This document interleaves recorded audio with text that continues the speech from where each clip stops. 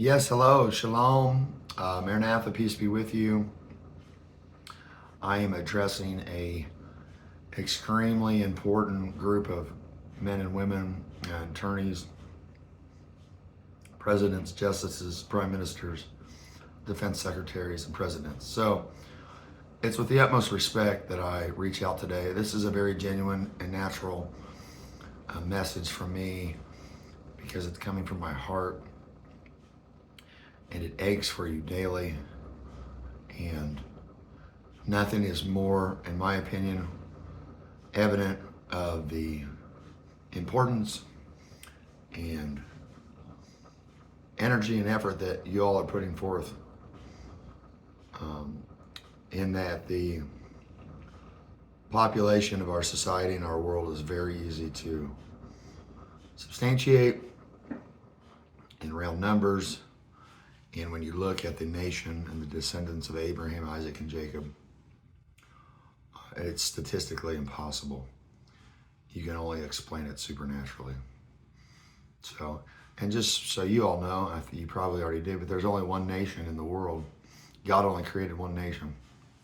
So, anyway, I don't call anyone else a nation other than the nation of Israel. So, let's first start with a little roll call. My name's Alvin Vance McQueen III, A-L-V-A-N. Vance, V-A-N-C-E. McQueen, M-C-Q-U-E-E-N.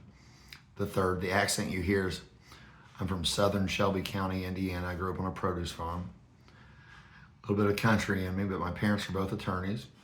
My dad went to Dartmouth. My mother currently works for the Chief Justice. My mother's a judge, non-sitting, and she currently works for the Chief Justice of the state of Indiana, the Honorable Justice Rush, who's quite a force, quite a lot of ingenuity in our court systems. So I'm very fortunate. And one other thing, my mom's 100% Swedish, whatever that means, but her mother was raised in Europe, born in the 20s, and her maiden name is Ing, I-N-G, which is almost certainly comes from I-N-G-E. And I know you all know where that leads. I just put that puzzle together. I'm 47 years old. I just put that puzzle together last year, so how nice that was. Shockingly, I'm a Christian. I'm a mid-Acts dispensationalist. Mid-Acts dispensationalist. Acts is our fifth book in the New Testament after the four Gospels of Matthew, Mark, Luke, and John. So clearly we have some differences in our spiritual beliefs and our doctrine, but this is focusing on our similarities. So, and to be Christian in the United States or around the world, to not understand that the oracles of God came through the nation of Israel, and that the instructions currently for our law as we know it on the planet Earth and all civilized nations comes from the structure that was given through the nation of Israel, then those folks that don't realize supporting Israel is supporting our foundation simply just don't know how to read their book. Anyway, that's my soapbox, if you will. Prime Minister Netanyahu, excuse me for, it's beyond a pleasure to address you, sir. I've earned not this right. But with such conditions everywhere, especially the United States, we have our own Gaza problem. It's bigger than that, actually. We have to eradicate a much, much larger enemy. And it's called bad economics and corruption. So, sir, thank you for your integrity, your commitments, your enduring work and effort and energy to make things right. Leader, Mr. Gantz, I wouldn't recognize you. I don't know what you look like exactly, but I sense that you're a spitfire, someone who's not going to compromise, and you've obviously got a position of great importance. So, sir, it's with all due respect that I address you, And hopefully everything that I say will be in keeping with the respect and honor that you deserve. Thank you for your service. Defense Minister Gallant, sir, I wouldn't last 2 days in the IDF. I have no business even speaking to you about anything with any kind of authority. But nonetheless, I felt it was right to try. Sir, what I lack in skill and effectiveness, I try to make up with courage and resiliency. So I don't expect to hear from you, nor do I want to. I respect the military tremendously. My sister Hayden is a dentist in the Army, and she is in Alaska. I've helped well over 300 military people in Indianapolis, or in Indiana and North Carolina, purchase homes. We have a great program called VA loans, 100% financing. That's where I learned about the military. The sacrifices you all make, the horrors that you embrace, and the peacekeeping and the administering of aid is a 24-hour job. Somehow you all figure out how to get through the physical limitations and perform at a level that is quite amazing. So thank you, sir. Thank you. Thank you. Thank you very much. Honorable President Esther Hayut, wow, to address the President Justice. Thank you, with all due respect. Thank you. I humbly come before you. And the Honorable Deputy President Vogelman, sir, Esquire, thank you. Thank you. I'm going to joke with you, though. I try to keep things funny. And I saw you went to Harvard, so we won't hold that against you. And tell Mr. Dershowitz we said hello. Attorney Dershowitz, Esquire, quite a man. Quite a man. We're very fortunate to have him. Okay, I'm going to pick up the pace. I've only got about 3 minutes left. So first and foremost, I'm going to overview what my intentions are. My intentions are to make an argument to y'all that is convincing to a specific outcome, which is on an ongoing, continual basis, force and war must be applied to prevent the destruction of Israel, period. I'm going to start in our shared book of Joshua. And I use the King James Version. Y'all certainly have access and knowledge that far exceeds mine, and have versions of the Torah that are much more early in date. So by the time this was converted into the English language, translated, inspired in the mid-1600s, several languages, Greek and Hebrew, are already, I'm sure. So forgive any conflicts that this might have with your version that you study. So again, King James Version, Joshua chapter 3, verse 10. And Joshua said, hereby ye shall know that the living God is among you, and that he will without fail drive out from before you the Canaanites, and the Hittites, and the Hivites, and the Perizzites, the Girgashites, and the Amorites, and the Jebusites. And now Joshua is saying those words, and Joshua said, and then the following words, that God will drive out. However, we all know that we don't just sit on our hands and God does the work. Now, I don't have the records to know if all those folks are driven out of the land. However, if they haven't been, we have instructions here in Joshua that that's an ongoing task.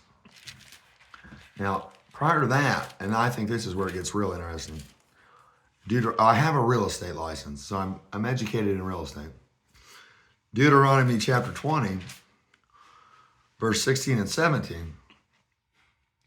But of the cities of these people, which the Lord thy God doth give for an inheritance, Folks, that's a land contract. Thou shalt save alive nothing that breatheth. Wow. Did any civilians get killed? Sure did. All of them. Those were God's instructions. There's a great pamphlet by Bob Enyart, pastor, late Bob Enyart. He said it's called Nicer Than God. How in the world can we be nicer than God? Well, God said right here, everything that breatheth. But thou shalt utterly destroy them, namely the Hittites and the Amorites, the Canaanites, and the Perizzites, and the Hivites, the Jebusites, as the Lord thy God hath commanded thee. Now, how are we doing that on a regular basis? I'm not focused on the conflict in Gaza. I'm trying to look ahead to see what's next. And we either believe in those verses that God wrote down for us or we don't. And our behavior dictates our belief. We can say whatever we want, but our behavior. So if we don't have an ongoing, I would say fairly aggressive, removal campaign, eradication, extermination, and relocation of those groups, then we are not adhering to the instructions of God's word and God himself. And now, Joshua chapter 1, verse 4, this defines the land contract that was been given to God. I don't think there's any documents that precede these books that define the land that we're describing. So I would say you can make a pretty strong case that these worldwide accepted doctrine are the earliest land transfer, land contract, transfer of real property substantiations. So that's pretty amazing. 1 verse 4. 1 verse 1, 3, 1, 4. Every place that the sole of your foot shall tread upon, that have I given unto you, as I said to Moses. From the wilderness and this Lebanon, even unto the great river, the river Euphrates, all the land of the Hittites, and unto the great sea, toward the going down of the sun, shall be your coast. Pretty clear. I have a feeling you folks know exactly where that is. Now, switch gears a little bit. We had a general in the Air Force that won the war with Japan. Germany had surrendered and Japan was fighting on. We were going to lose 500,000 or more troops on a land invasion, and Japan was going to lose the same in troops and civilians. So we're talking about a man who saved at least 1 million lives just in this one part of his career. Curtis Emerson LeMay, General Curtis Emerson LeMay. I would study up and read anything I could find if I were you on General LeMay. Now, I'm not sure if these tactics still are allowed today, but the USA saved millions of lives and won a war in doing so. So I'd hate to think the United States is so hypocritical that they allow themselves to do it, not others. Here's some of his quotes. His first quote, I'll tell you, I'll paraphrase and say, the atomic bomb's gotten a bad rap because of propaganda. It is the safest and most humane weapon available in war today. The atomic bomb. So the atomic bomb has been branded poorly, and in my opinion, needs to become a primary asset in campaigns moving forward. Curtis Emerson LeMay. There are no innocent civilians, so it doesn't bother me so much to be killing innocent bystanders. Bomb North Vietnam into the Stone Age. He was asked how to solve a problem. He said, bomb North Vietnam into the Stone Age. If you kill enough of them, they stop fighting. General LeMay, highly decorated LeMay. He even won an award from Japan If you kill enough of them, they stop fighting. It's a longer one. If you are going to use military force, then you ought to use overwhelming military force. Use too much deliberately. You'll save lives of both yourselves and the enemies in the long run. Use overwhelming too much force. I like this one. I don't have time to distinguish between the unfortunate and the incompetent. Okay? Now, pretty amazing. I've decided to become an economist. I take the emotion out of and the feelings out of my process. And I would highly, highly, highly recommend reading the book Freakonomics by Dubner and Levitt. Freakonomics. And here's the last quote and I'm done. Taiichi Ohno, Toyota's executive and the most ferocious foe of waste humanity in history has ever seen. Taiichi Ohno, Taichiohno. The book is called Lean Thinking by Womack and Jones. And here's what he said. He said, the more inventory that you have, the less likely you are to have what you need. The more inventory you have, the less likely you are to have what you need. And that's exactly what the brilliant President Putin has done in this land dispute. Is he's just getting rid of his old stock. Unfortunately, people are at that price too. But thank you so much for listening. Shalom. And thank you for keeping the world straight. You know, the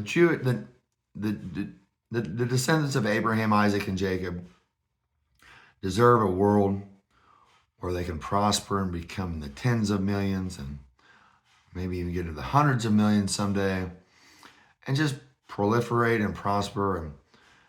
And you know, I was happy to see that there wasn't a lot of deaths and anti-Semitic behavior. Well, we've got to figure out how to withstand that evil and garbage of anti-Semitism and still prosper and to be proud of who we are and to defend ourselves. That is your nation, but I say our, but you know, and I think that's cultural. I think culture has a lot to do with are the Jewish children, are they playing sports? Are they being active? Are they getting a little roughhousing in?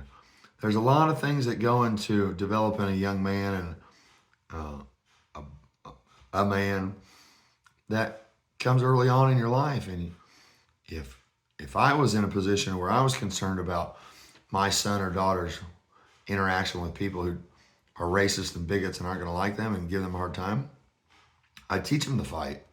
I teach them how to do sports. I teach them how to talk and understand and negotiate. Because all those things, if we don't stand up for ourselves, it's just going to attract more hate. Thank you so much. Be well. Oh, and one last plug. Torch over in Houston, Texas. My rabbi, the rabbi I rely on for truth when I study up on, is Rabbi Yaakov Wolbe, Yaakov Wolbe, and his brother-in-law, Rabbi Shmuley Botnick of Cincinnati. Two great men, two neat storytellers, and highly dedicated, high energy. May they be blessed for many, many. May the five of you be blessed in ways greater than I can imagine. Thank you.